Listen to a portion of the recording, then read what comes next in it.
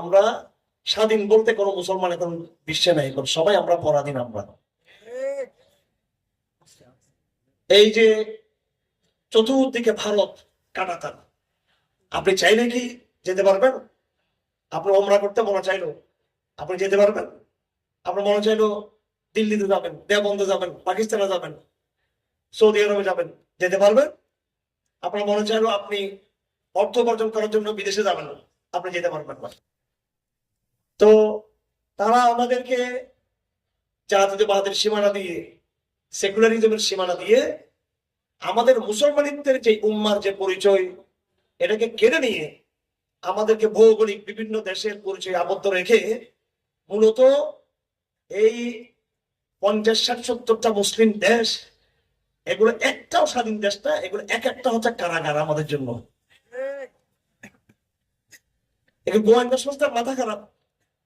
এই মাদ্রাসার মাহফিলে জসিমুদ্দুর রহমানী, হারুন এজাজ, নবী, রফিক মাদানী, আমি আপনাদেরকে বলতে চাই, আপনারা কি ভারতের গোয়েন্দা সংস্থা নাকি আপনারা?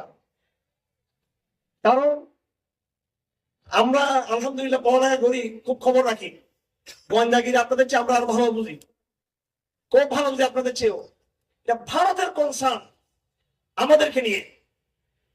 ভারত এটা স্পষ্ট বলেছে, ভারত বারবার, যে আপনাদেরকে নিয়ে আমাদের কনসার্ন আছে, ইসরায়েলের আছে, আমেরিকার আছে। আমাদের দেশের ওনাদের সমস্যা, এটাই সমস্যা।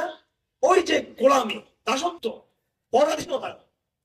আমরা যদিও নিজেদেরকে স্বাধীন মনে করি, চলাফেরা স্বাধীন মনে করি, কিন্তু আমাদের রাজনীতি, আমাদের আমলাতন্ত্র, আমাদের চাকরি, আমাদের অর্থনীতি, আমাদের শিক্ষা, সবকিছু আমাদের যারা তথাকথিত কাফের মুনিব রয়েছে, যাদেরকে আমরা নিজেদেরকে বাবু মনে করি, তাদের দাসত্ব করেই কিন্তু আমরা চলে আসতেছি। আমাদের কোনো স্বাধীন কোনো ব্যবস্থা আমাদের নাই। সেজন্য কেউ নিজেকে স্বাধীন পাবার কোনো উপায় নাই। আল্লামা ইকবাল রহমতুল্লাহ আলাইহি এই জাতীয়তাবাদ সম্পর্কে বলেছেন, তিনি তার বিখ্যাত কবিতার মধ্যে ভৌগোলিক জাতীয়তাবাদ, এক মুসলিম দেশের নাগরিক আরেক মুসলিম দেশে যেতে পারে না। অথচ আপনি দেখবেন প্রত্যেকটা মুসলিম দেশে তাদের ইমিগ্রেশনের ব্যবস্থা এমন যে সেখানে পাশ্চাত্যের কোন দেশের জন্য ভিসা লাগে না। আপনি আরব দেশে যাবেন, বাঙালিরা হয়রানির শিকার হবে।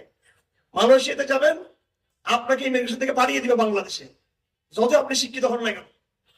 কিন্তু সমস্ত মুসলিম দেশের ইমিগ্রেশনে আপনি যাবেন, যারা শুকুরের মাংস খায়, শরাব খায়, এই বিচার লিপ্ত থাকে, ওই লাল কুকুরগুলোর জন্য, তাদের জন্য পাসপোর্ট, ভিসা সবকিছু ফ্রি তাদের জন্য। একটা পরাধীন অবস্থার মধ্যে আমরা আছি। আমরা নিজেদের দেশে পরাধীন। আমাদেরকে যারা আন্তর্জাতিক কুফার, এরাও শত্রু মনে করে। আমাদের দেশে যারা সরকারি বিভিন্ন সংস্থা আছে, এরাও আমাদেরকে আপন মনে করে না। কথা ঠিক কিনা?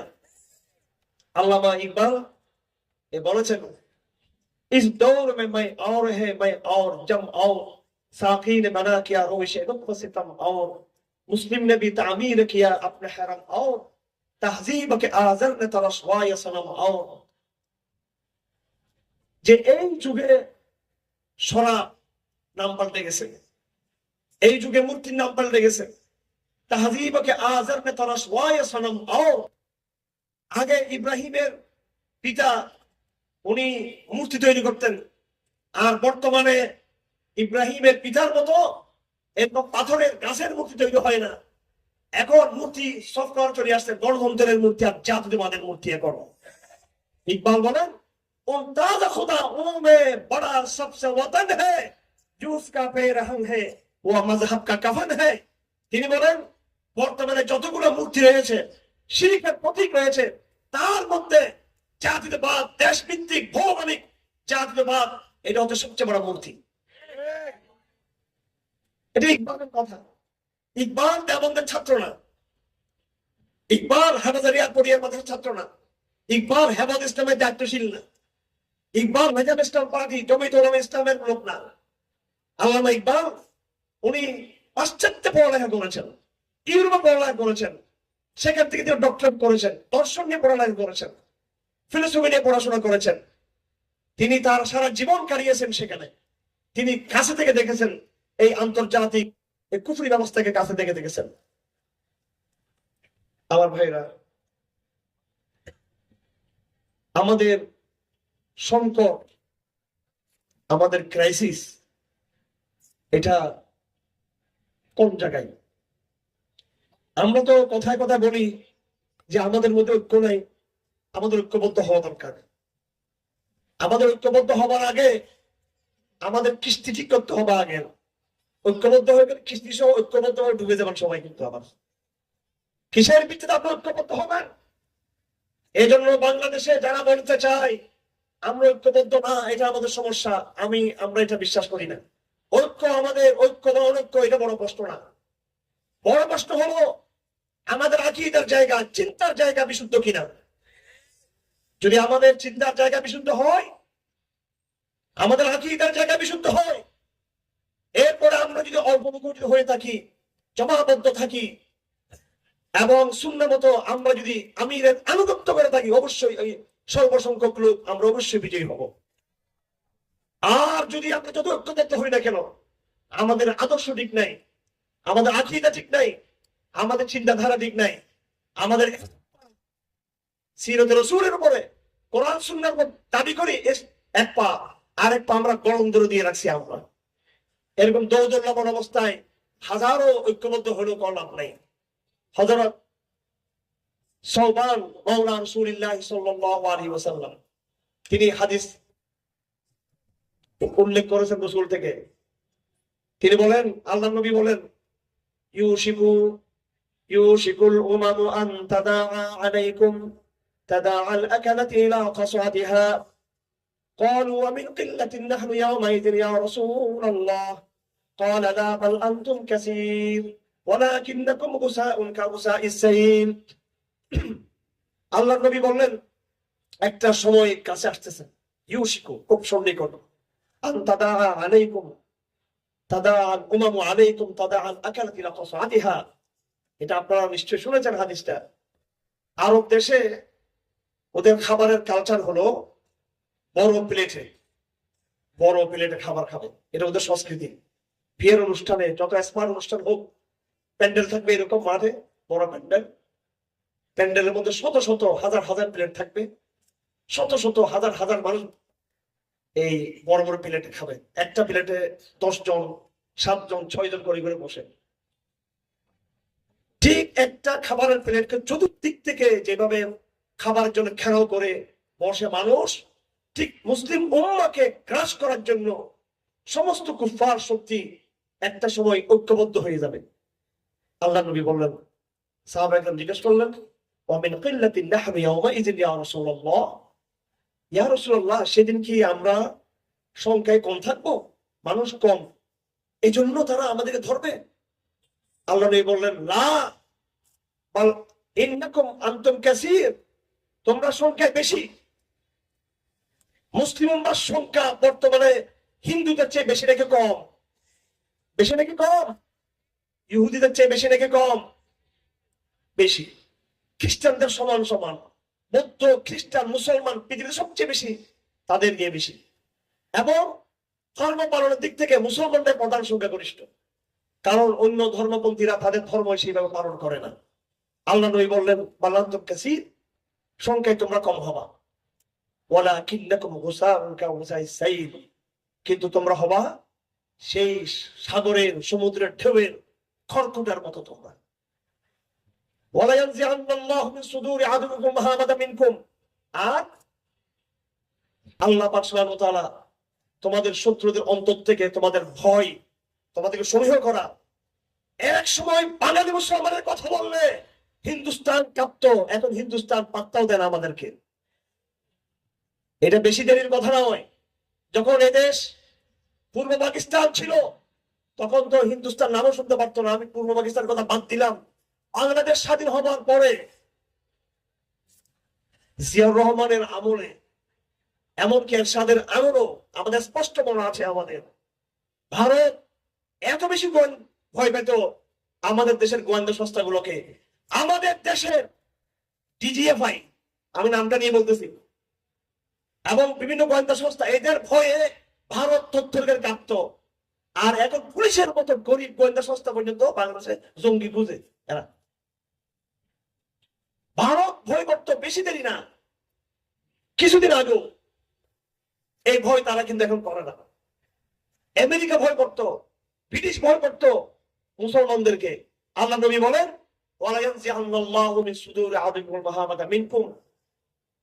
তোমাদের ব্যাপারে কাফেরদের মনে একটা ভয় ছিল।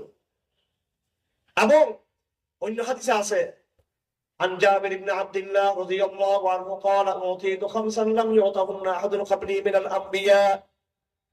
আল্লাহ নবী বলেন আমাকে আল্লাহ পাক দুনিয়াতে 5টা জিনিস দিয়ে পাঠিয়েছেন, 5টা জিনিস দিয়ে পাঠিয়েছেন। نصرت بالروح مسيرة شهر وجعلت لي الأرض كلها مسجدا وطهورا وأحلت لي المغانم وأوتيت الشفاعة وبعثت إلى الناس عامة। এই 5টা বৈশিষ্ট্য দিয়ে আল্লাহ পাক আমি মুহাম্মদ রাসূলুল্লাহকে দুনিয়াতে পাঠিয়েছেন।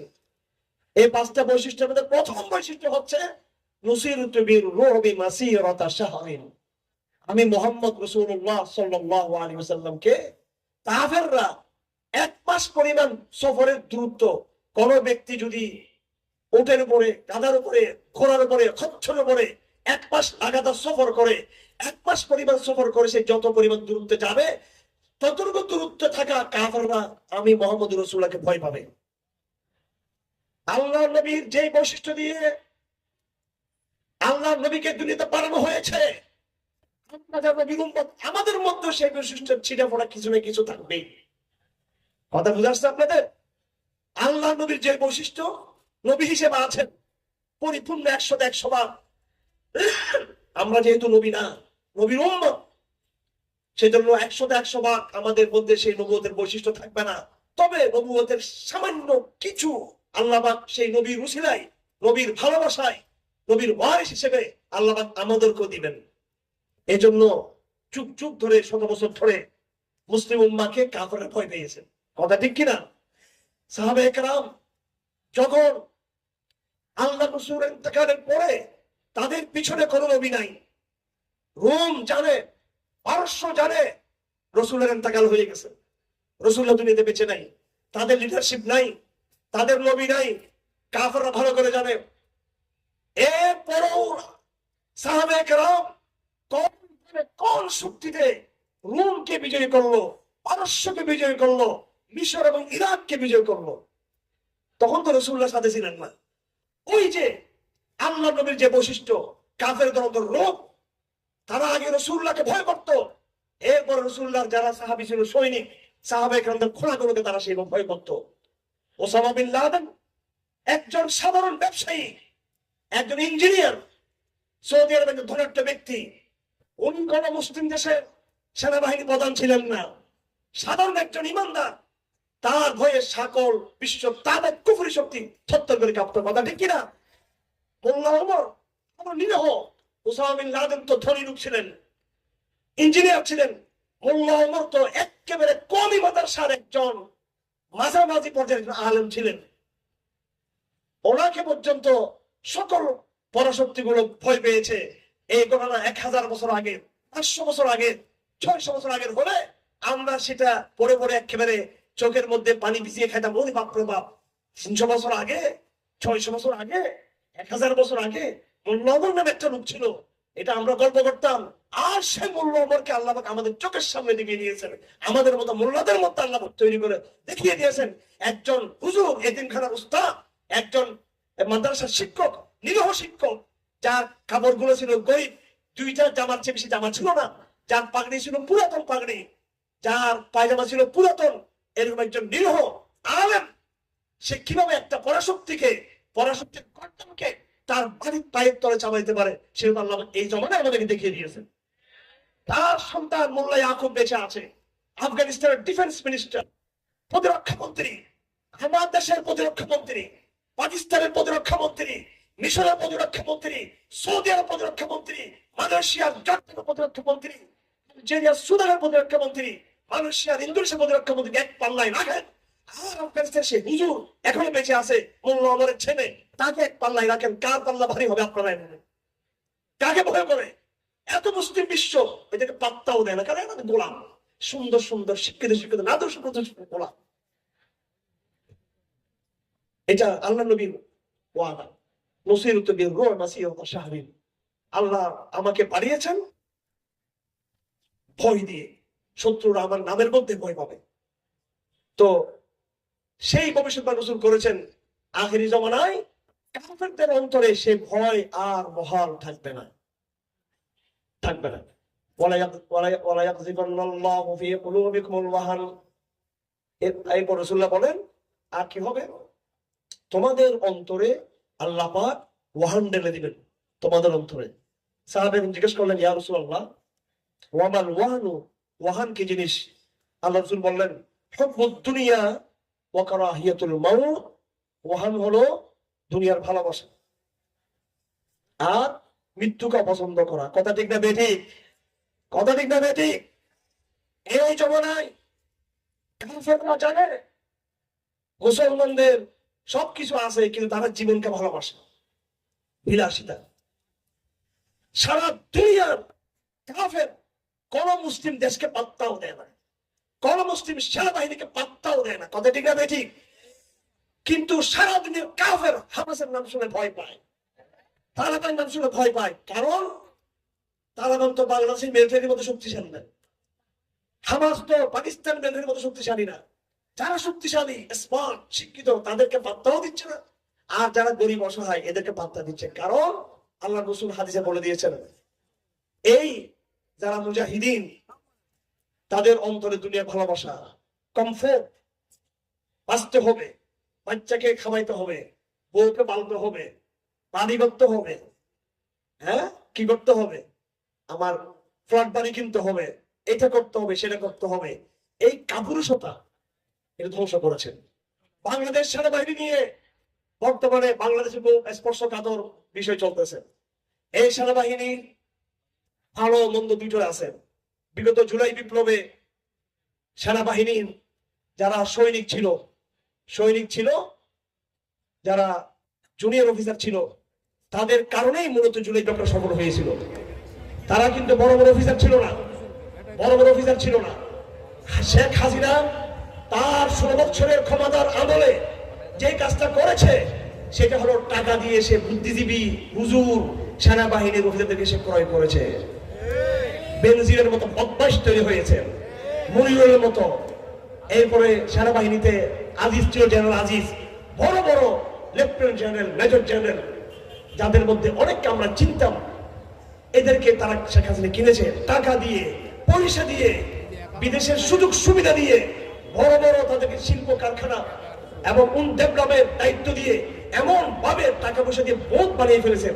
শেখ হাসিনা পারিবারিক ভাবে আপনাদের গোপালগঞ্জের মানুষ, আমাদের অনেক, আমার আব্বা এবং আমার দাদার অনেক পরিচিত লোকরা মুসলিম লীগ এবং পরবর্তী বিভিন্ন রাজনৈতিক কারণে আমরা এদেরকে চিনি ভালো করে। ওনাদের পরিবারে কিছু কিছু আমলদার লোক ছিলেন, এইভাবে আমরা ওদেরকে ভালো করে চিনি। হাসিনা ব্যক্তিগতভাবে সবসময় একটা কথা বলতেন, টাকা দিয়ে কিনে ফেলো, তারা টাকা দিয়ে কিনে ফেলো। আমাদেরকে টাকা দিয়ে ফরিদ্দিন মাসুদের মতো কিনতে পারে নাই, আমাদেরকে হেদায়েতের কিছু নেতার মতো টাকা দিয়ে কিনতে পারে নাই। আমাদের অপশন দিয়েছে তোমরা এখন জেলখানে চলে যাও, আমরা জেলখানায় গিয়েছি। আমরা টাকার কাছে বিক্রি হলে আমরা জেলখানে যেতে হতো না। আর সেদিন যারা টাকা নিয়েছে ওরা ইতিহাসের আস্থা করে নিক্ষিপ্ত হয়েছে। এরা স্বপ্ন দেখে আবার আওয়ামী লীগ ফিরে আসলে তাদের সুদিন ফিরে আসবে, একদম আত্মীমের একেবারে বাড়িতে চলে যাবে, আর কোনো ফিরে সুযোগ নাই, বলে শেষ। কিছু কর্মকর্তারা প্রশাসনিক আশায় আছে, আপু আসলে তাদের রক্ষা করবে, ওই আশা কেউ করিয়েন না, বলে দিচ্ছে একবারে সাবধান। কিন্তু ওই আশা করে কোনো লাভ নাই। হাসিনা আওয়ামী লীগ বাংলাদেশে আসতে পারে, ওয়েলকাম জানাবো। যদি সেকুলারিজম থেকে তওবা করে, ভারতের দালালি থেকে তওবা করে, তাহলে আসতে পারবে, সমস্যা নাই। জুলুম যেগুলো করেছে ক্ষমা চাইবে, বিচার হবে, এবং তওবা করলে আল্লাহ মাফ করে দেন। কিন্তু এদের কথাবার্তায় কোনো তওবার কোনো আলামত নাই, কোনো আলামত নেই। এরা আবার আগের মতো অহংকার বলে যে আবার গেলে নাকি এটা করবে সেটা করবে। এটা তোমরা কিছু করতে পারো, তোমরা কিছু হয়ে যাবো তোমরা, ইনশাআল্লাহ আজিজ। এরা কোনো বাতিল জালেম যদি আসতে চায়, কেউ কি করবে না করবে আমি জানি না। আমাদের মাদ্রাসা নিরীহ ছাত্ররা এই ভারতীয় দালালদের বিরুদ্ধে সেকুলার শক্তির বিরুদ্ধে তারা যুদ্ধে নামবে। তারা কি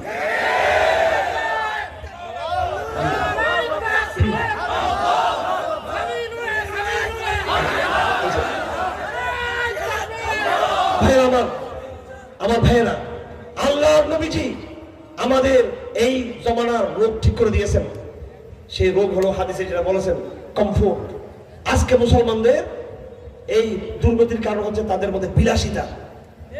আজকে আমাদের সেনাবাহিনীর ভাইদের দুঃখ লাগে, কারণ সেনাবাহিনীর অনেক অফিসার যাদেরকে আমরা চিনি, আমাদের চট্টগ্রামের, ঘাটাইলের এবং বিভিন্ন ক্যান্টনমেন্টের অনেক জিওসি যারা দায়িত্ব ছিলেন, তারা আন্দোলনের সময় আমাদের পক্ষে ছিলেন, এটা আমি জানি। কিন্তু বেশিরভাগ অফিসাররা তারা হাসিনার গোলামি থেকে বের হতে পারেন নাই।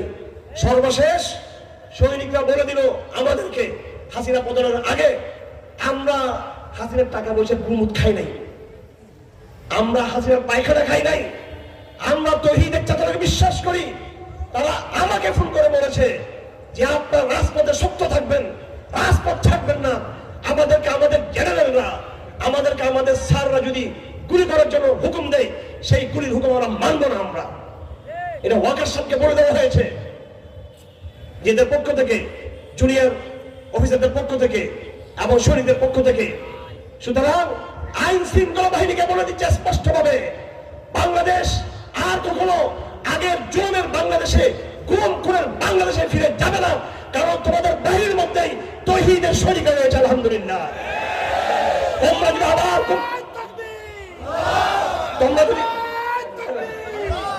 নারী তৈরি করতে তো সময় তো 5 মিনিট শেষ হচ্ছে কেন? তোমরা যদি আবার গুম খুনের দিকে ফিরে যাও, তোমাদের বাহিনীতেই আছে যারা সেগুলোকে রুখে দেবে, স্তব্ধ করে দেবেন। ইনশাআল্লাহ। ওই আশা করে লাভ নাই, ওই আশা করে লাভ নাই। আল্লাহ দিনকে আল্লাহ পাক অবশ্যই হেফাজত করবেন। এই দেশের মোল্লারা, এই দেশের হুজুররা নিরহ মনে করিয়েন না, তাদের জন্য আনসার বেরিয়ে আসবে ইনশাআল্লাহ। তুমি আমলা, তোমার মতো আরেক আমলা, তুমি আমলা ইসলামকে দমন করতে চাও, আরেক আমলা তোমাকে দমন করবে। তোমাদের মতো আল্লাহ পাক খাদ্য তৈরি করে দেবে ইনশাআল্লাহ। এবং সেটাই হয়েছে বিগত জুলাই বিপ্লবে। এসব মূর্খ লোক তো জানা নেই, এগুলো মূর্খ যারা নিজের থেকে বেশি ইন্টেলিজেন্স দেখায়, এটা জানা নেই সেগুলো। সুতরাং সমগ্র বাংলাদেশকে তওবা করে কোরআনের পথে আসতে হবে। কথা ঠিক কিনা? সবাইকে আসতে হবে। কোরআন ছাড়া কোনো মুক্তি নাই। এবং কোরআন পরিপূর্ণ বাংলাদেশে এস্টাবলিশ না হওয়া পর্যন্ত আমাদের সংগ্রাম অব্যাহত থাকবে। আমরা হাসিনার বিরুদ্ধে লড়াই করেছি, আমাদের লড়াই শেষ হয়ে যায় নাই। আমরা দুঃখের সাথে লক্ষ্য করেছি, এই মুনাফিক সরকার, এই আমেরিকাপন্থী মুনাফিক সরকার, তারা কিন্তু বাংলাদেশে ইসলামের সাথে তার সম্মানজনক অবস্থান তারা করে নাই, ইসলামকে সম্মান দেখায় নাই। জুলাই সনদ ঘোষণা হয়েছে। আমি বারবার বলছি, আমার কথাগুলো প্রচার করুন, সর্বত্র পৌঁছিয়ে দেন। আমি বাংলাদেশ সমস্ত ইন্টেলিজেন্সকে জানিয়েছি, সরকারকে জানিয়েছি, উপদেষ্টাদেরকে বলেছি এবং গোয়েন্দা সংস্থাগুলোকে বলে দিচ্ছি। আমরা বলেছি তাদেরকে, আপনাদেরকে বলে দিচ্ছি, হাসিনা সংবিধান থেকে আল্লাহর রাস্তায় বিশ্বাসকে বের করে দিয়েছিল। আর বর্তমান সরকার নতুন সংবিধান প্রস্তাব করেছে। আপনারা দেখেছেন, হাসিনার 4টা মূলনীতি ছিল: ধর্মনিরপেক্ষবাদ, গণতন্ত্র, সমাজতন্ত্র, বাঙালি জাতীয়তাবাদ।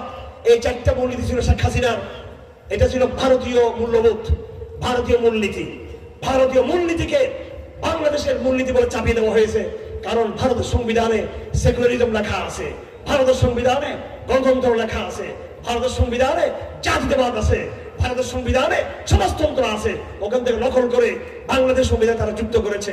হাসিনা চলে গেছে, আমরা খুশি, কিন্তু আফসোস, নতুন যারা এসেছে, বাংলাদেশ একটা কথা আছে, সেটা হলো উভয় সংকট। উভয় সংকট, এটাকে ইংরেজিতে বলা হয় ডেলেমা। ডেলেমা হলো অর্থাৎ এই জলে কুমির আর ভাগায় বাঘ।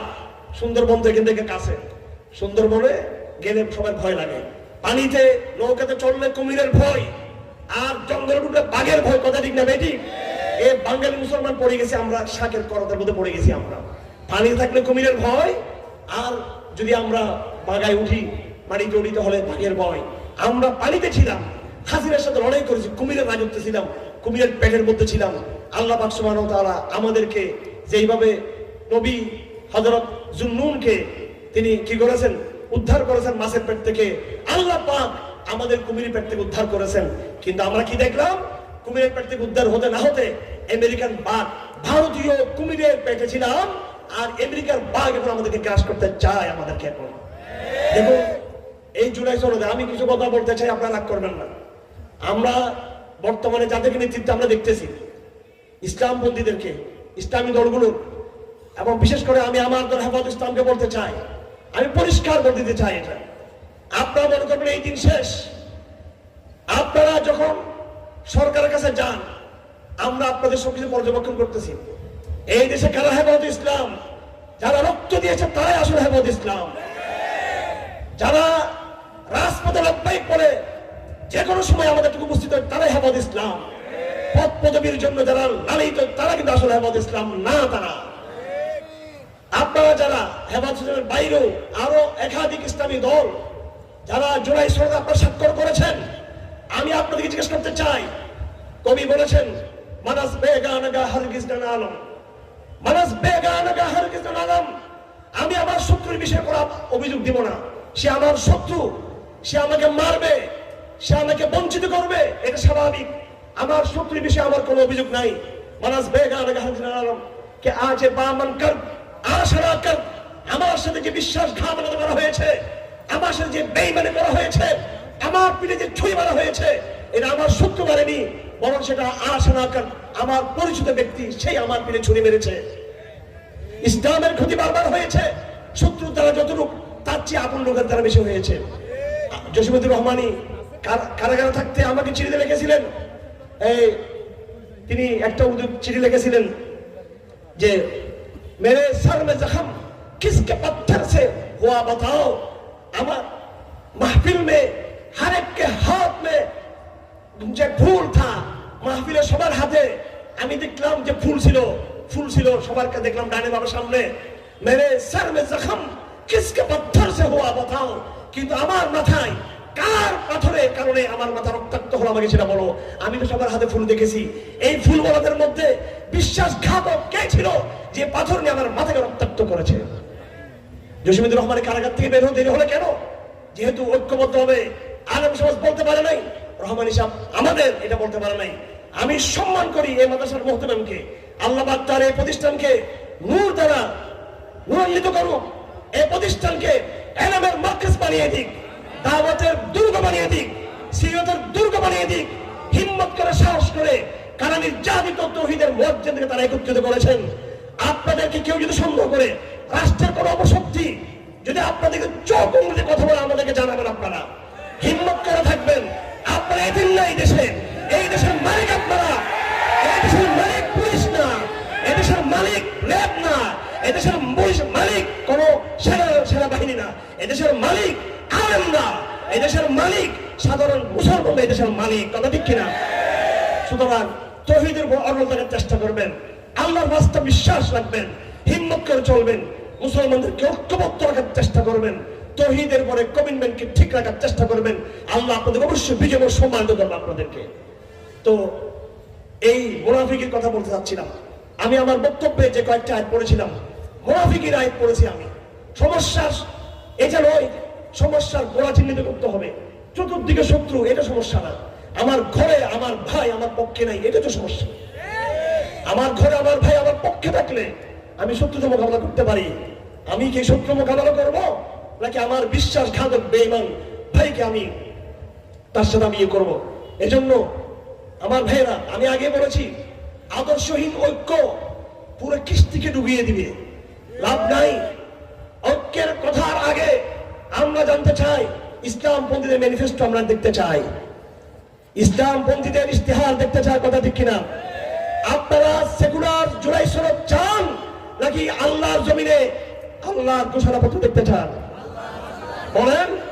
আমরা ইসলামপন্থীদের পাল্টা ঘোষণাপত্র দেখতে চাই। সকল ইসলামপন্থী, সকল দল ঐক্যবদ্ধ হয়ে গণতান্ত্রিক মুরব্বীর নেতৃত্বে বাইতুল মুকাররমে দাঁড়িয়ে তারা বলবে হাসিনা পরবর্তী বাংলাদেশ কেমন হবে। কোরআনের আলোকে, কোরআনের আলোকে, সুন্নাহর আলোকে আমরা সকল ইসলামী দল মত ঐক্যবদ্ধ হয়ে এই 20টা পয়েন্টে, 10টা পয়েন্টে আমরা আমাদের ইশতেহার ঘোষণা করলাম। আপনারা বলুন, এমন এক ঐক্যবদ্ধ ইশতেহার কোরআন সুন্নাহর ভিত্তি থেকে যদি ঘোষণা করে আমাদের সামনে কোন এরকম ইউনুস সরকার, মার্কিন সরকার, অমুক তমুক কোন দল আমাদের সামনে টিকতে পারবে? ভোট চাইতে হবে না, ভোট চাইতে হবে না। জনগণ তোমাদেরকে কাঁধে নিয়ে ঢুকিয়ে দিবে ক্ষমতার মস্তদে। এগুলো না করে একবার আমেরিকাকে খুশি করার জন্য, আরেকবার ভারতকে খুশি করার জন্য, আর ইউনুস সাহেবের দরবারে গিয়ে খালি সেলফি সেলফি সেলফি সেলফি শুধু। এই ইউনুস সরকার তার জুলাই সনদের ঘোষণাতে আমাদের ইমান কোন পর্যায়ে গেছে। হাদির একটা ইয়াং ছেলে সেদিন উঠে আসছে, এই হাদিকে কেউ চিনত না, উসমান হাদিকে কেউ চিনত না। এবং উসমান হাদি কোনো পরিপূর্ণ ইসলামপন্থী, সেটাও তাকে তো বলার অবকাশ নাই ওইভাবে, সেই সেটা দাবিও করে না।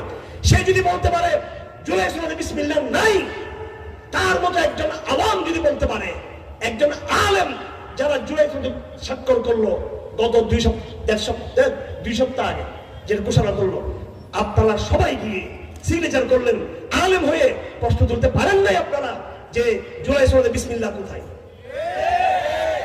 জুলাই সনদে আল্লাহর সার্বভৌমত্ব কোথায়? হে ডক্টর ইউনূস সাহেব, যে আল্লাহকে আপনি অপমানিত করেছেন, সেই আল্লাহ কসম আপনাকে অপমানিত করবে। আপনি অপমানিত হচ্ছেন, আপনি অপমানিত হচ্ছেন। আপনার সেই জনপ্রিয়তা নাই, উপদেষ্টাদের কারো জনপ্রিয়তা এখন নাই, কারো নাই। ক্ষমতা থেকে নামলে আগেই তো মানুষ তাদেরকে ঘৃণা করা শুরু করেছে। কেন হচ্ছে? মা কাদারুল্লাহ হাক্কা কাদরিহি ইন্নাল্লাহ আলা কাবিয়ুন আজিজ। এগুলো বোঝার চেষ্টা করবেন। অনেক ভাইরা হয়তো বলতে যাচ্ছে এত বড় দরকার নেই, আমরা ঐক্যবদ্ধ থাকি, শুধু হাসিনাকে ঠেকাই। নিজেরা যদি আদর্শ ঠিক না থাকে, হাসিনাকে ঠেকাই। হাসিনাকে কি আপনি দৌড়াইছিলেন নাকি? আপনি কে? কোন দল? আমাকে বলুন তো, কোন দল হাসিনাকে দৌড়াইছিল? দলটার নাম কি বলেন না? দলটার নাম কি যে দলটা হাসিনাকে দৌড়িয়েছিল? ছাত্ররা দাবি করতে পারবে ছাত্ররা হারুনের ভাগ করেছিল, ঠিক না ভাই? ঠিক। তারাও তো হাসিনাকে দৌড়াতে পারে নাই। তারা আন্দোলন করেছে কোটার জন্য। কিসের জন্য? কোটার জন্য। আপনারা সবাই সাক্ষী আছেন, এই আন্দোলন যখন শুরু হয় এটা হাসিনার পতন আন্দোলন ছিল না, এটা তো কোটার আন্দোলন ছিল।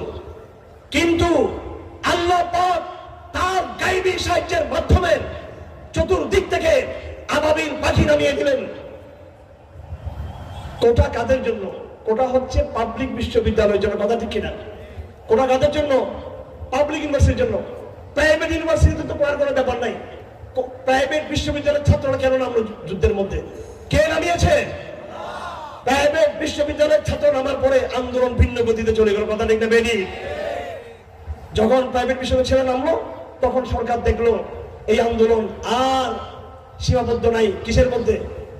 এই আন্দোলন আর এর মধ্যে সীমাবদ্ধ নাই, হ্যাঁ, বিশ্ববিদ্যালয় সীমাবদ্ধ নাই, শুধু পাবলিক বিশ্ববিদ্যালয় সীমাবদ্ধ নাই। এই আন্দোলন এখন প্রাইভেট বিশ্ববিদ্যালয় চলে গেছে। তারপরে এই আন্দোলনে কারা যুক্ত হলো? এই আন্দোলনে যুক্ত হলো মাদ্রাসার ছাত্ররা, কথা ঠিক না বেঠি? কোন মহতেরাম সাহেব, কোন ইসলামী দল? ওই নেতার নামটা আমাকে বলুন। বড় বড় গর্জন তর্জন যে যারা দিয়ে থাকে, কারা নামিয়েছিল? আল্লাহ পাক মাদ্রাসার ছাত্র ঢালিয়ে দিয়েছেন, তারাই নামিয়েছে। কারা? এই যে ঢাকাতে যেটা প্রচন্ড যে জায়গায় আন্দোলন হয়েছে, এই যে আপনার এই যাত্রাবাড়িতে, এই যাত্রাবাড়ি মোড়ে, যাত্রাবাড়ি অঞ্চলে ছাত্ররাই প্রতিরোধের বাঁচিয়ে গড়ে তুলেছে, কথা ঠিক কিনা? তারপরে এবার আসুন সর্বশেষ চূড়ান্ত ভাবে সেনাবাহিনীর অন্তরে কে হাসিনার বিরুদ্ধে এই বিদ্বেষ ঢুকিয়ে দিল? হাসিনার বিরুদ্ধে সংগ্রামের চেতনা কে ঢুকিয়ে দিল? কে ঢুকিয়ে দিল? গায়বী সাহায্য। এগুলো কিসের সাহায্য? গায়বী সাহায্য। কে সাহায্য করেছে? এগুলো কে সাহায্য করেছে? আল্লাহ পাক সুবহানাহু ওয়া তাআলা করেছেন। সুতরাং আমার ভাইয়েরা, আমার বোনেরা, আল্লাহর শক্তির উপরে আমাদের আস্থা রাখতে হবে, কথা ঠিক কিনা? শেষমেশ দিন শেষে খেলা আল্লাহটা। কারটা? দিন শেষে খেলা কার? আল্লাহ। সুতরাং এই জুলাই বিপ্লব যদি আপনার ভালো করে দেখি, আপনারা দেখবেন এখানে কারো ক্রেডিট নেই। মাস্টার মাইন্ড, কিসের মাস্টার মাইন্ড? কোন ঘোড়ার টিমের মাস্টার মাইন্ড? পুরো মাস্টার মাইন্ড ছিল আল্লাহ, কথা ঠিক না ঠিক? আপনার সন্দেহ আছে নাকি? আপনাদের সন্দেহ আছে? আপনার পুরো ঘটনা দেখেন না। হাসিনা প্রথম ঘটবে এটা যদি পুলিশের আইজিপি জানতো, আইজিপি ধরা পড়তো, আওয়ামী লীগের নেতারা ধরা পড়তো না। হাসিনা নিজেও বিশ্বাস করে নাই। হাসিনা যদি জানতেন তিনি ধরা পড়বেন, তিনি লম্বা লম্বা কি মাছ তৈরি করছিল, কি মাছ দুপুরে খাবারের জন্য তৈরি করছিলেন, তৈরি করতেন তিনি।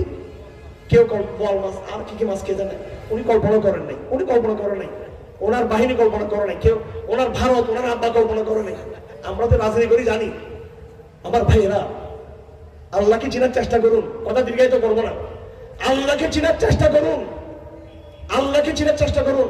ওয়ামাকারু ওয়ামাকারু ওয়ামাকারু মাকরান ওয়া মাকারনা মাকরান ওয়া হুম লা ইয়াশুরুন। ওয়ামাকারু, তারাও চক্রান্ত করে, ওয়ামাকারু মাকরান ওয়া মাকারনা মাকরা, তারাও চক্রান্ত করে, আমি চক্রান্ত করি। ওয়ামাকারনা মাকরান, আমি এমন চক্রান্ত করি, ওয়া হুম লা ইয়াশুরুন, সেটা তারা কল্পনা করে না, কল্পনা করে। আমি 2013, 14, 15, 16 সালে কারাগারে ছিলাম। 2000 এবারের আগে, এবার 2 বছর ছিলাম, আগে 3 বছর ছিলাম। সেই কারাগারে আমি একটা কিতাব লিখেছিলাম, তাফসীর, শব্দে শব্দে আল কোরআন। জীবনের অর্থগুলো কোরআনের শব্দে শব্দে, জীবনের অর্থ কোরআনের শব্দে শব্দে। আমি কোরআন কারীমের যে সমস্ত শব্দ রিপিট হয়েছে বারবার বারবার, আল আকিবাতু যুইয়িনা, আল ওয়ালিয়্যু, আদ দুনিয়া, আল্লাহ, এইভাবে যতগুলো শব্দ আছে বারবার যেগুলো শব্দ আসছে, এই সব শব্দগুলো আমি একত্রিত করেছি কোরআন শরীফে। তার মধ্যে একটা শব্দ আছে মাকার, মাকার, মাকার, মাকার। আল্লাহ পাক নবীদের কাহিনীর ব্যাপারে জায়গায় জায়গায় বলেছেন, তারা সবাই চক্রান্ত করলো ঈসা ইসলামকে হত্যা করবে। আল্লাহ পাক বলেন ওয়ামাকারনা, আমিও চক্রান্ত করেছি। ওয়ামাকারাল্লাহ ওয়াল্লাহু খায়রুল মাকিরিন, আমি হলাম সর্বোত্তম পরিকল্পনাকারী, সর্বোত্তম পরিকল্পনাকারী, সর্বোত্তম পরিকল্পনাকারী।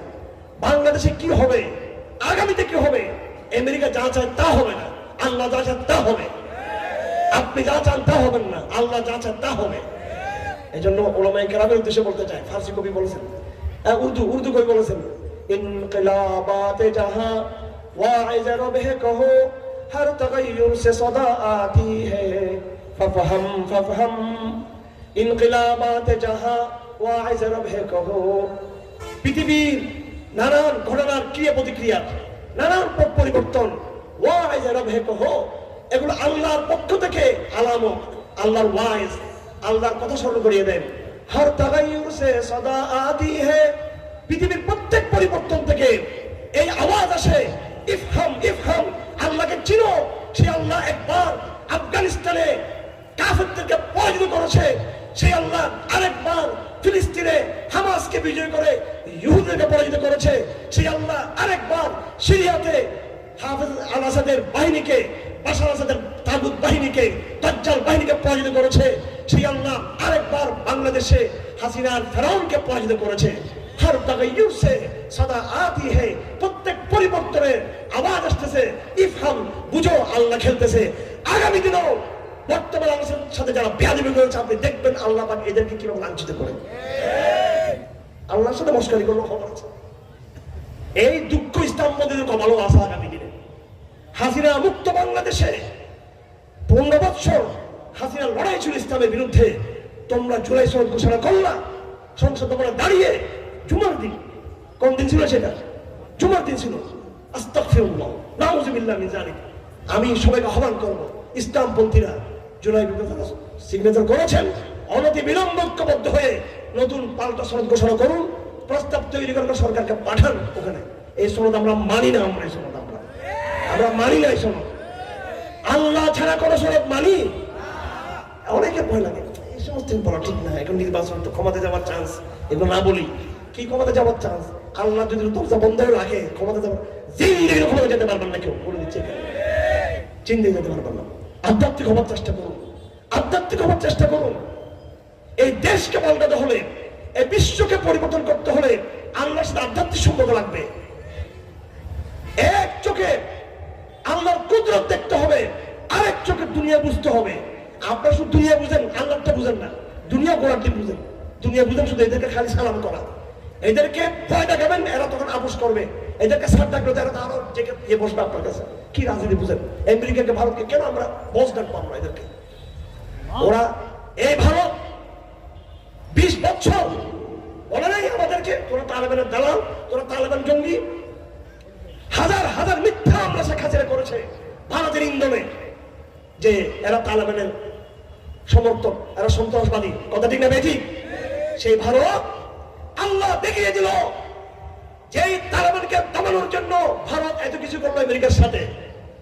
বাংলাদেশে হাসিনাকে দিয়ে তালেবানের নাম যেখানেই মিথ্যা কথা বলে, এখানে কোথায় কি তালেবান বাংলাদেশে, কিন্তু তারপর মিথ্যা মামলা দিয়ে তালেবান জুজু তুলে, তালেবান ফুবিয়ে তুলে ইসলামকে দমানো বাংলাদেশে 15 বছর।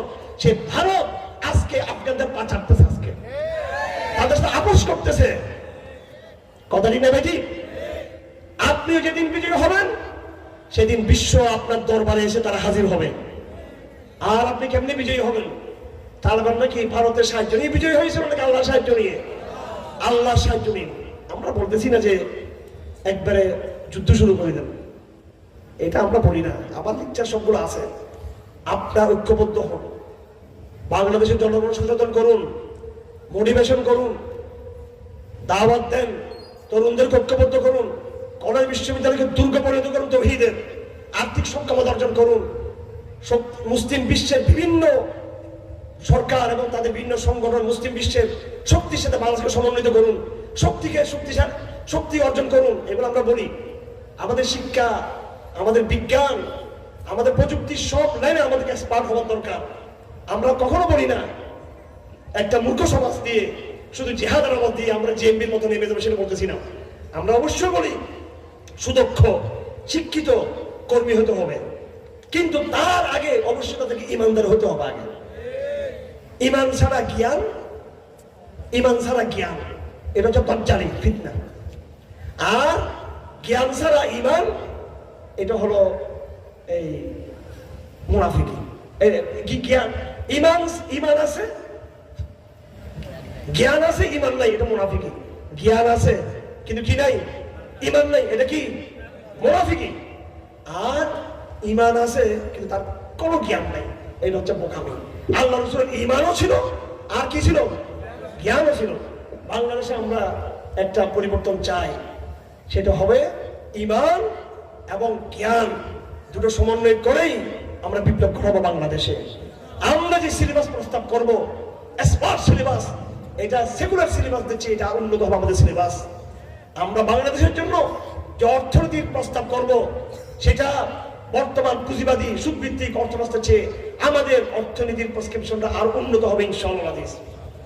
আমি শুধু মাহফিলে কথা বলি না, আলহামদুলিল্লাহ বিভিন্ন কলেজে বিশ্ববিদ্যালয়ে কথা বলি, সরকারি ও সর্বোচ্চ মহলে আমাদের যোগাযোগ আছে, কথাবার্তা হয়, আমাদের কথাবার্তা হয়। আমরা তাদেরকে চ্যালেঞ্জ করেছি আলহামদুলিল্লাহ যে পুরো সিস্টেমটাকে আমরা পাল্টাতে পারবো। ইসলাম ছাড়া মুক্তির কোনো ইয়ে নেই। পুঁজিবাদী অর্থনীতি দিয়ে, গণতান্ত্রিক রাজনীতি দিয়ে, ব্রিটিশ আইনের এই আইন ব্যবস্থা দিয়ে, কোর্ট ব্যবস্থা দিয়ে, বিচার ব্যবস্থা দিয়ে বাঙালি কোনো দিন মুক্ত হতে পারবে না। মুক্ত হতে চাইলে অবশ্যই তাকে পরিপূর্ণ ইসলাম আর পরিপূর্ণ আধুনিক বিজ্ঞান দুটোর সাথে তাকে সমন্বয় করে তাকে চলতে হবে। সুতরাং আমার ভাইয়েরা, কথা আর দীর্ঘায়িত করবো না। আমাদের মূল ক্রাইসিসটা হলো আমরা আজকে কমফোর্টে চলে গিয়েছি। আমি কয়েকটা আয়াত তেলাওয়াত করেছিলাম, সেই আয়াতগুলোতে আল্লাহ পাক পরিষ্কারভাবে মুনাফিকদের সাবধান করে দিয়েছেন। বর্তমানে আমাদের ক্রাইসিস, যেটা আমি আগে বলে আসতেছিলাম এতক্ষণ, আমাদের শুধু ক্রাইসিস এটা নয় যে আমরা এই বাতিলদের দ্বারা আমরা সবাই ঘেরাও হয়ে গেছি না, বরং আমাদের ঘরে আমরা নিজে মুনাফিক হয়ে গেছি। আমার ভাইয়েরা, কথা বুঝুন, আমাদেরকে আমাদের শত্রুরা কাফেররা চতুর্দিক থেকে ঘেরাও করেছে। এটা যেমন ক্রাইসিস, আমাদের ঘরের লোক হিসেবে আমরা নিজেরা মুনাফিকি করতেছি, এটা আরো বড় ক্রাইসিস। কথা ঠিক কিনা? কথা ঠিক কিনা? আল্লাহ পাক কোরআনে কারীমে জায়গায় জায়গায় এটা বলেছেন, জায়গায় জায়গায় এটা বলেছেন। কি নিয়েছেন? জি, আমি আমার আশা পর্যন্ত করতেছি। তো আমি যে অনেক কথা বক করলাম, কি বুঝছেন আপনারা বলুন তো? আসলে খালি আবেগ, ঠিক আছে, আবেগ। এখান থেকে গেলে হারুন সাহেব কি বলছে? না সেরকম গরম বয়ান করছে। কি করছে? না সেরকম ফাটাফাটি বয়ান। কি বলছে? কি পয়েন্ট কি? না সেরকম। ভাই, গরম গরম কথা তো শুনলেন, স্লোগানও তুললেন, আসল কথা কি বলতেছে? পয়েন্ট একটাই, সেটা হচ্ছে আমাদেরকে আবার নতুন করে মুসলমান হতে হবে। আমরা বেইমানি করতেছি। আমরা এখন তো বাংলাদেশে নাই, আছে হাসিনা? এখন হাসিনা বাংলাদেশে নাই, কিন্তু এখন সচিবালয়ে আল্লাহর নাম নাই কেন? জুলাই সন আল্লাহর নাম নাই কেন? ডক্টর ইউনূস হজ করেন না কেন? অন্য করেন না কেন? উপদেষ্টারা এনজিওতে দালালি করে কেন? উপদেষ্টাদের সাথে জনগণের সম্পর্ক নাই। সম্পর্ক কাদের সাথে? এনজিওদের সাথে, সম্পর্ক আমেরিকার সাথে। তাহলে সব দূর শেখ হাসিনার, হাসিনা চলে গেছে, ফেরাউন চলে গেছে, কিন্তু বাংলাদেশ মুনাফিকে মুনাফিকে মুনাফিকে বাংলাদেশ ভরে গেছে। বাংলাদেশ, আমরা যেমন বাংলাদেশে কাফের চাই না, মুরতাদ চাই না, বাংলাদেশে কোনো মুনাফিক আমরা চাই না। আমরা বিদ্যমান অবস্থা আমরা সন্তুষ্ট না। আমরা মনে করছিলাম এরা আল্লাহর প্রতি কিছুটা ইয়ে হবে। এদের দরকার ছিল দলবদ্ধভাবে সমস্ত উপদেষ্টারে গিয়ে কাবা শরীফের সামনে গিয়ে আল্লাহর প্রশংসা করবো, আলহামদুলিল্লাহ, হে রব, আমরা সব উপদেষ্টারা, সব ছাত্র নেতৃবৃন্দ, আমরা আজকে মকাম ইব্রাহিমের সামনে দাঁড়ালাম তওবা করার জন্য। হাসিনাকে পতন করিয়েছেন, আপনার শুকরিয়া করতে আমরা এখানে এসেছি। এরকম কোন পিকচার আপনারা দেখেছেন? কোন পিকচার? দরকার ছিল কিনা? এটা দরকার ছিল কিনা? এখনো মনে হয় আল্লাহর উপর আমাদের আস্থা আসতেছে না। মূল কারিগর কিন্তু আল্লাহ। এটা মনে ধরে রাখি না যে নির্বাচন হবেই, এটা মনে করিয়েন না। আর হবে না এটা মনে করিয়েন না। কি হবে না হবে এটা যত রাজনীতির দলরা করুক, চিন্তা করুক, তার চেয়ে আরো বড় মাস্টাররা বাংলাদেশে আছে। তার চেয়ে বড় মাস্টার হচ্ছে দিল্লি, বেইজিং আর ওয়াশিংটন। কথা ঠিক না বেঠিক? এতগুলো মাস্টারকে বাদ দিয়ে, মাতবর বাদ দিয়ে আপনি চাইলে কি নির্বাচন হবে নাকি? বা না চাইলে কি না হবে নাকি? সব কিছুর উপর হচ্ছে মহান আল্লাহ। উনি যেটা চাইবেন সেটাই হবে। ওনাকে খুশি করার চেষ্টা করেন, আল্লাহকে খুশি করার চেষ্টা করেন। আমি একটা সেমিনার ছিল, যশোরে একটা সেমিনার ছিল, ওখানে বলে আসছি আমির মুআবিয়া, উনি মুসলিম জাহানের সাম্রাজ্যের তিনি প্রেসিডেন্ট তিনি আমির মুমিনিন, আমির মুআবিয়া। হযরত আলীর পর পুরো মুসলিম জাহান আমির মুআবিয়ার নেতৃত্বে চলে আসছে। উনি এখন ওনার ক্ষমতা, আগে ছিলেন হযরত ওমরের গভর্নর, মাঝখানে হযরত আলীর সাথে যুদ্ধ, আংশিক এলাকা ওনার ছিল, পরে তিনি পুরো মুসলিম জাহানে তিনি সরদার হয়ে গেলেন। চেয়ারে বসে তিনি ভয় পেয়ে গেছেন। কি পেয়ে গেছেন? আম্মা আয়েশাকে চিঠি লিখলেন। আম্মা আয়েশাকে চিঠি লিখছেন, আম্মা আয়েশা, আমাকে আপনি খুব সংক্ষিপ্ত ওসিয়ত করবেন, লম্বা করবেন না, আমাকে একটা পয়েন্টে একটা ওসিয়ত দেন। আমিরে মুআবিয়া বুঝতে চাচ্ছেন এত বড় সাম্রাজ্যের এত বড় সিংহাসনে বসে এখন আমার চ্যালেঞ্জটা আসলে কি? উনি জ্ঞানী মানুষ, আয়েশাও হয়তো আয়েশার মতো এত বড় বুদ্ধিমতী সাহাবী আর দ্বিতীয় আর কেউ ছিল না। সুবহানাল্লাহ, আল্লাহ পাকে এত অল্প বয়সে এত বুদ্ধি আল্লাহ ওনাকে দিয়েছেন, এত জ্ঞান ওনাকে দিয়েছেন। আমাদের আপনাদের সবার প্রিয় উম্মুল মুমিনিন রাদিয়াল্লাহু আনহা ওনাকে চিঠি লিখলেন, আমির মুআবিয়া, যে আমি তো ক্ষমতা বসলাম, সিংহাসন আছে, আমাকে একটু আপনি পর্যবেক্ষণ দেন, কিপ মি অবজারভেশন, আমাকে একটু আপনি অবজারভেশন পাঠান, পুট অবজারভেশন দেন। আমির মুআবিয়া বললেন, হ্যাঁ আশা খুব সংক্ষেপ কথা লিখতেন, সংক্ষিপ্ত। قال رسول الله صلى الله عليه وسلم من طلب رضا الرب بسخط الناس أعانه الله ومن طلب رضا الناس بسخط الله وكله الله إلى الناس। আপনি তো ক্ষমতার জায়গায় আছেন, হে আমির মুআবিয়া, আমি আপনাকে সাবধান করে দিচ্ছি, আল্লাহ রাসূল বলেছেন, যারা আল্লাহকে সন্তুষ্ট করতে গিয়ে জনগণকে সন্তুষ্ট করবে, আল্লাহর দিকে তাকিয়ে জনগণের কথাকে তাওয়াক্কুল না করে আল্লাহর কথাইকে প্রাধান্য দিবে, আল্লাহর মনকে বোঝার চেষ্টা করবে, আল্লাহ পাক তাকে সাহায্য করবে। দিন শেষে আল্লাহ পাক তার ইজ্জত সম্মান বাড়িয়ে দিবে, তাকে আল্লাহ পাক সুরক্ষা দিবে। আর যারা আল্লাহকে অসন্তুষ্ট করে, আল্লাহর মন কি বলে সেটা না বুঝে, আল্লাহর এখানে কি প্ল্যান সেটা না বুঝে, আল্লাহর কথা চিন্তা না করে শুধু জনগণের কথা চিন্তা করতেছে, জনগণ কি বলে, বিশ্ব কি বলে, পরাশক্তি কি বলে, এটা দেখে দেখে যারা কাজ করবে, আল্লাহ পাক তাদেরকে মানুষের হাতে ছেড়ে দিবেন, তার কোনো মুক্তি নাই। আমরা রাজনীতি করি, কিন্তু আমরা আল্লাহর মনসা বোঝার চেষ্টা করি না। আমরা দুনিয়া কি বলে, জনগণ কি বলে, ভারত আমেরিকা কি বলে, এটাই খেয়াল করি। কথা ঠিক না ভাই? ঠিক। আল্লাহ পাক সুবহানাহু ওয়া তাআলা কোরআন শরীফে অনেকগুলো আয়াত নিয়ে আসছেন। এই কোরআন হচ্ছে ইবাদত, নামাজ, বন্দেগী, তেলাওয়াত সব ঠিক আছে, কিন্তু এই কোরআন হচ্ছে সমাজ তৈরি করার এটা ক্যাটালগ, রাষ্ট্র তৈরি করার ক্যাটালগ। কথা ঠিক না বেঠিক? কোরআন এটাই আমাদের সংবিধান। কোরআন সংবিধান নাকি জুলাই সনদ আমাদের সংবিধান? কোরআন সংবিধান নাকি 72 সংবিধান আমাদের সংবিধান? কোরআন এটা আমাদের কনস্টিটিউশন, প্রোক্লেমেশন, ডিক্লারেশন, এটা আমাদের সবকিছু। কোরআনে অনেক কিছু আছে ভাই।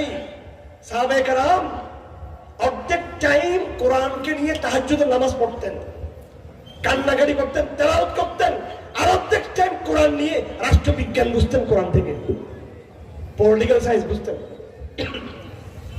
সাহাবায়ে কেরাম অর্ধেক সময় কোরআন খুলতেন, কান্নাকাটি করতেন, আধ্যাত্মিক স্পিরিচুয়ালিটি, আধ্যাত্মিক চর্চা করতেন, আর বাকি সময় তারা তাদাব্বুর করতেন। আব্দুল্লাহ ইবনে মাসউদ বলেছেন রাদিয়াল্লাহু আনহু, আনজালাল্লাহুল কুরআনা লিয়াতাদাব্বারু ফাজআলু তিলাওয়াতাহু ইবাদাহ। কোরআনকে আল্লাহ পাক তাদাব্বুর করার জন্য পাঠিয়েছেন, গবেষণা করার জন্য, শুধু ইবাদতের জন্য না। মানুষ শুধু ইবাদত করাটাকে কাজ মনে করে। আমার ভাইরা, তো কোরআনে কি আছে? কি পলিটিক্যাল সায়েন্স আছে? এতগুলো বলা সম্ভব না, একটাই বলি। আলহামদুলিল্লাহ, একটা কথা আল্লাহ পাকের নিয়ামত হিসেবে আপনাদেরকে আমি দাওয়াত দিতে চাই, স্বীকার করতে চাই, এটা আল্লাহ পাকের নিয়ামত। এই বিগত জুলুম হাসিনার আমলে যে জুলুম নির্যাতনের শিকার হয়েছি, সবচেয়ে বড় যে ফায়দাটা হয়েছে, এই মজলুম হয়ে কোরআনটাকে বুঝাচ্ছে। আলহামদুলিল্লাহ, কোরআনকে, রাসূলের সিরতকে, বর্তমান বাস্তবতাকে আমরা তিনটে জিনিস একসাথে পেয়েছি। আমাদের জীবনের বিভিন্ন ঘটনাগুলো, জুলুম, কারাগার যাওয়া, ওখান থেকে বের হওয়া, তাগুত, জাহিলিয়ত, জাতীয় আন্তর্জাতিক চক্রান্ত, ক্রাইসিস, আমাদের জীবনের সাথে যে ক্রাইসিসগুলো হয়েছে, আমাদের জীবন, আমাদের লাইফ, আমাদের সংগ্রামের জীবন। এরপরে আল্লাহ রাসূলের সিরতকে দেখছি আমরা প্র্যাকটিক্যাল, এরপর থিওরিক্যাল, কোরআন শরীফ। তিনটা জিনিসকে মিলাবেন। কয়টা জিনিসকে? আপনার জীবনে যা কিছু হচ্ছে, ডানে বামে সামনে, রাজনৈতিক অবস্থা, সামাজিক অবস্থা, সবকিছু আমরা আমাদের চোখে হচ্ছে।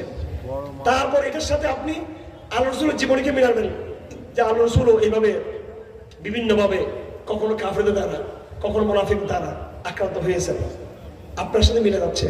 তারপরে কোরআনকে গবেষণা করবেন। এটাকে আমি নাম দিয়েছি ট্রায়াঙ্গেল, ত্রিভুজ। আমার লাইফ, আমার নবীর জীবনী এবং আমার আল্লাহর বাণী, এই তিনটাকে যে ব্যক্তি এক করে চলবে, ইনশাআল্লাহ তাকে কেউ ঠেকাতে পারবে না, ইনশাআল্লাহ। কথা বুঝে আসছে আপনাদের? তো এই কোরআনে বড় বড় থিওরি আছে, কিছু কিছু থিওরি আছে। একটা থিওরি হলো থিওরি অফ দ্য হিপোক্রিসি, মুনাফিকদের থিওরি। আল্লাহ এখানে পেশ করছেন, মুনাফিকরা সবসময় একটা প্রজন্ম থাকবে, না ইধার কা না উধার কা, এদিকেও না ওদিকেও না। কথা ঠিক না বেঠিক? আল্লাহ পাক সুবহানাহু ওয়া তাআলা কোরআনে কারীমে প্রথম বয়ান নিয়ে আসছেন, একদিকে মুসলমান আর একদিকে মুশরিক। এরপরে আল্লাহ পাক বলছেন, মুশরিকরা পরাজিত হওয়ার পরে মুসলিম সমাজের মধ্যে আবার দুইটা দল, একটা পিওর মুসলমান, আলিফ লাম মিম আহাসিবান নাসু আন ইউতরাকু আন ইয়াকুলু আমান্না ওয়া হুম লা ইফতানুন ওয়া লাকাদ ফাতান্নাল লাযীনা মিন ক্বাবলিহিম ফালায়ালামান্নাল্লাহু আল্লাযীনা সাদাকু ওয়া লায়ালামান্নাল কাযিবিন। আল্লাহ পাক বলেন, মুসলমানদের মধ্যে দুটো দল, একটা সত্যবাদী আর একটা হচ্ছে কি মিথ্যাবাদী। এই মিথ্যাবাদী হচ্ছে মুনাফিক। ওরা কারা? মুযাবযাবিনা বাইনা যালিক, লা ইলাহা উলা ওয়া লা ইলাহা উলা। এরা পুরোপুরি মুসলমান হতে পারে নাই, পুরোপুরি এরা খ্রিস্টান হতে পারে নাই। একটু একটু ইসলাম, একটু একটু গণতন্ত্র, একটু একটু ইসলাম, একটু একটু সমাজতন্ত্র, একটু একটু ইসলাম, একটু একটু ধর্মের নিরপেক্ষবাদ, একটু একটু ইসলাম, একটু একটু জাতীয়তাবাদ। কথা ঠিক না বেঠিক? আমাদের ঈমান মিক্স ঈমান, ককটেল ঈমান, ককটেল ফ্রুট। ককটেল বুঝুন তো? ফ্রুটের মধ্যে আম, আপেল, কমলা, লেবু, তারপরে মালটা, সব মিলে ককটেল। আমাদের কিছু আমেরিকা, কিছু ভারত, কিছু কোরআন, কিছু হাদিস, কিছু বাংলাদেশবাদ, কিছু গণতন্ত্র, সব মিলেই তো বাঙালি মুসলমান। কথা ঠিক না বেঠিক? অস্বীকার করতে পারবেন নি আপনারা? ওটা অস্বীকার করতে পারবেন? আমরা পিওর হতে পারি নাই। আমেরিকানরা পিওর ডেমোক্রেটিক, পিওর লিবারেল। খেয়াল করেন, আমেরিকানরা একেবারে বিশুদ্ধ লিবারেল, কথা ঠিক না বেঠিক? আমেরিকানরা বিশুদ্ধ বেঈমান, বিশুদ্ধ কাফের, একেবারে অরিজিনাল কাফের। আর আমরা সাহাবারা বিশুদ্ধ ইমানদার, মাঝখানে আমরা একটু ইমান একটু আমেরিকান পন্থা, কথা ঠিক না বেঠিক? এই জায়গা থেকে বেরিয়ে আসতে হবে। আল্লাহ পাক সুবহানাহু ওয়া তাআলা এখানে ঘোষণা দিচ্ছেন, যারা দুই কুল রক্ষা করতে চায়, কি করতে চায়? দুই কুল রক্ষা করতে চায়, তারা হচ্ছে হিজবুশ শাইতান। মুনাফিকদের পরিচয় হলো আলাম তারা ইলাল্লাযীনা তাওয়াল্লাউ কওমান গাদিবাল্লাহু আলাইহিম। মুনাফিকদের পরিচয় হলো তারা আল্লাহর শত্রুদেরকে ভালোবাসে। আল্লাহ পাক বলেন উলাইকা হিজবুশ শাইতান, এরা হচ্ছে শয়তানের দল। আর তার বিপরীতে আল্লাহ পাক সুবহানাহু ওয়া তাআলা মুমিনদের পরিচয় দিয়েছেন। মুমিনরা হলো তারা আল্লাহ ছাড়া কাউকে ভালোবাসবে না, একমাত্র আল্লাহকে ভালোবাসবে। যদিও তার বাপ, আল্লাহ পাক পরিষ্কার লিখছেন সূরা মুজাদালা আয়াত নম্বর 22 সূরাতুল মুজাদালা, যে বাপ, ভাই, প্রতিবেশী যে হোক না কেন, তারা যদি কাফের হয়ে থাকে তাদেরকে ভালোবাসবে না, আল্লাহ রাসূল তারা ভালোবাসবে। আল্লাহ পাক বলেন ওরা হচ্ছে উলাইকা হিজবুল্লাহ, এরা হচ্ছে আল্লাহ পাকের দল। সুতরাং আমার ভাইরা, আমার শেষ কথা, আমাদের হযরত, আমাদের তাওহীদের মুয়াজ্জিন, আমাদের চেতনার আমির, আমাদের এই ক্রাইসিসের বিশুদ্ধবাদী পথ নির্দেশক, আমাদের তার কথা শুনবেন আপনারা। আমার বক্তব্য শেষ। আমার কথা এতটুকুই আপনাদের প্রতি, আমরা কেউ প্রকাশ্যে কাফের হয়ে যাচ্ছি না, ঠিক আছে? আমরা কেউ খ্রিস্টান, মুশরিক, বৌদ্ধ, পৌত্তলিক, নাস্তিক হয়ে যাচ্ছি না। আমাদের সমস্যা হলো আমরা যে ইসলামটা লালন করি, এখানে কিছু ইসলাম, কিছু সেকুলারিজম, কিছু গণতন্ত্র, একটা মিশ্রিত একটা অবস্থা তৈরি হয়েছে। এই মুনাফিকি কলেজের মধ্যে রেখে, মহিলা কলেজের মধ্যে রেখে আমরা বাংলাদেশে কোনোদিন বিজয় হতে পারবো না। আমি আপনাদের কাছে যে ডাক দেওয়ার জন্য এসেছি, আউযু বিল্লাহি মিনাশ শাইতানির রাজীম, ইয়া আইয়ুহাল্লাযীনা আমানু দুখুলু ফিস সিলমি কাফা, পরিপূর্ণ ইসলামের দিকে আসতে হবে। এক পা গণতন্ত্রে দিলাম, আরেক পা ইসলামে দিলাম, জিন্দেগি তো আমি আমার মঞ্জিলে মকসুদে পৌঁছতে পারবো না। আল্লাহ পাক আমাদের সকলকে সত্য যেটা সেটাই বোঝার তৌফিক দান করুন, সেটাই বলার তৌফিক দান করুন, সেটার উপর বেঁচে থাকা এবং মরে যাওয়ার তৌফিক দান করুন। আমিন। আমার আলিমুল বালা ওয়া সাল্লাল্লাহু তাআলা আলা মুহাম্মদ ওয়া আলিহি ওয়া সাহবিহি আজমাইন।